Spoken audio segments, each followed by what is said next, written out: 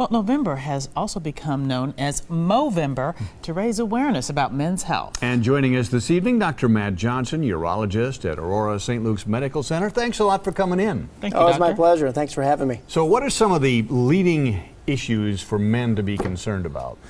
Well, I mean, men share medical problems and medical concerns, same as women do, but there are some that are unique to men. Movember is sort of the month where prostate cancer is highlighted, the concerns about prostate cancer screening. It's also about testicular cancer and mental health issues too. So broadly, Movember is sort of the Men's Health Awareness Month, if you will. And that's good. I'm glad we're doing this because we do hear a lot about women's health, and sometimes men's health does not get the publicity it deserves. And that's true. We're going to try to do something on the men's side to highlight some of the issues. Women have done a great job at highlighting some of the women's health issues for sure, but men need to do the same. There are some shocking numbers. 1 in 6 men will be diagnosed with prostate cancer. Typically, how does a man know if he has it, or are there warning signs? Prostate cancer is nearly always without symptoms, and that's the big problem.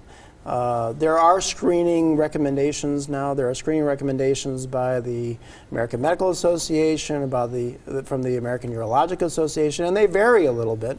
But using a valuable blood test, the PSA, and a rectal examination, and a shared decision model with your primary care physician and then ultimately your urologist, a biopsy would be done, and that would either confirm or not confirm the presence of prostate cancer. Very because important. most men do not have symptoms at all. Yeah. And that's scary. Now, if you are diagnosed with prostate cancer, what should your first step be, doctor? The first step is to have a discussion with your urologist. Only urologists do the biopsy, so that person will have a relationship with the urologist.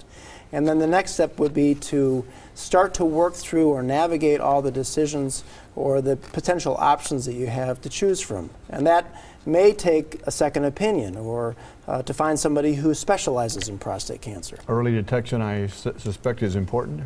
Early detection, we think, makes a huge impact for men to survive prostate cancer. It's the second leading cause of cancer death in men, so it's really a big deal. But for men who are screened properly, many of them will survive prostate cancer with treatment. And that's a good part. And talk about the impact on families. You know, this is Prostate Awareness Month. Right. Well, prostate cancer impacts so many of the things that we sort of take for granted, and those things will impact the family also.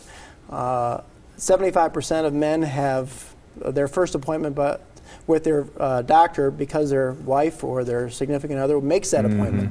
So that's the first thing. But the second thing is treatment for prostate cancer in particular can lead to things like incontinence and impotence, and obviously that has a huge impact on the family. Yeah, absolutely important to be out in front of this as best you can. Thank you very much for coming in. Thanks for having me. Dr. Matt Johnson, urologist at Aurora St. Luke's Medical Center. We appreciate this.